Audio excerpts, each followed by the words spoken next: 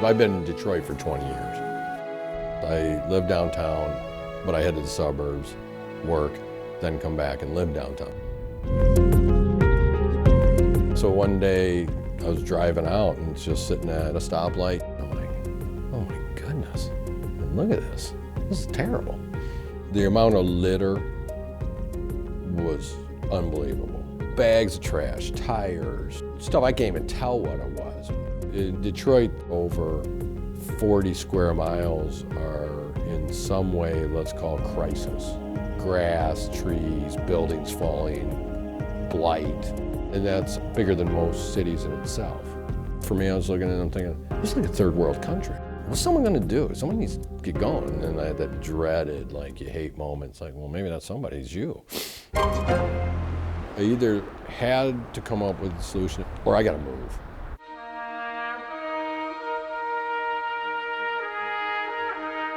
I thought to myself, well, what if you took large tracts of land out of circulation in a positive way? How could you do that?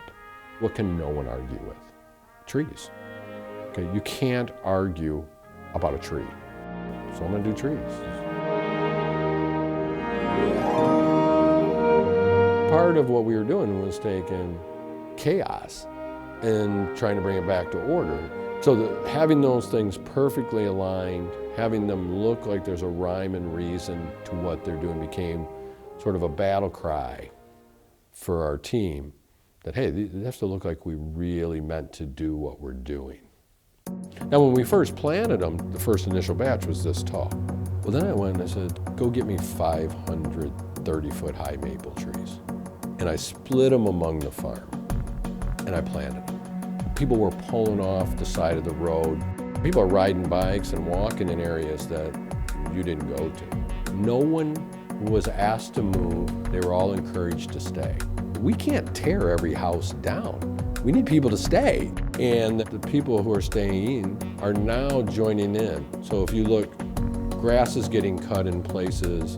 Well, now all of a sudden it's like, well, hey, if you're doing that, let me join in. I'll cut mine, or I'll trim my trees, or I'll fix the porch or a gutter, And so now what happened is you sort of have that tipping point.